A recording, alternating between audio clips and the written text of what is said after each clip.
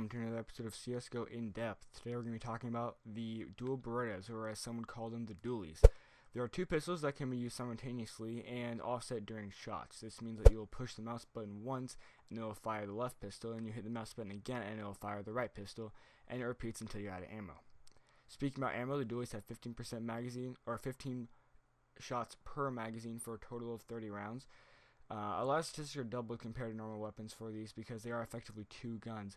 However, some things are not doubled. For instance, the reload speed is 3.8 seconds, and this gun shoots at 500 RPM for $500 for two guns.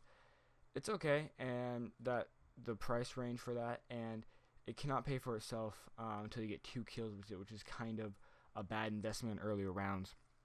The movement speed for this weapon is 240 at 250 units per second, which is standard. However, a knife will be better because you can obviously move faster, and the maximum range of this weapon is actually 24 meters, which is decent, but it's not crazy. It's not terrible either. You know, it's kind of right there in the middle.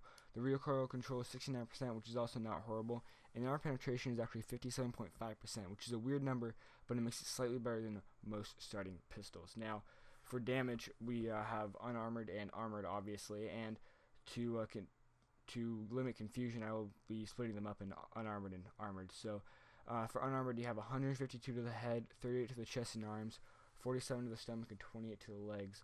Obviously, this is a one-shot headshot, which was actually surprising to me, knowing the stigma these things have for being only for fun and not being great weapons.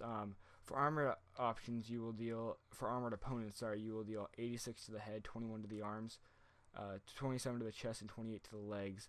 If you shoot someone in the head, you will still do a lot of damage, which is crazy, but you can really go from defense to offense with this weapon, which is awesome. Overall, this weapon is okay, but the downside lies in the stat that I don't have the facts for. The accuracy of this weapon is actually the biggest downside. If you can control it and aim high, it can be ignored, although statistically good, this weapon is still a fun weapon, and what I mean by that is that it's not advised to be used in competitive play. Now, with that one, it has been Z-Star, and I'll see you guys in the next one.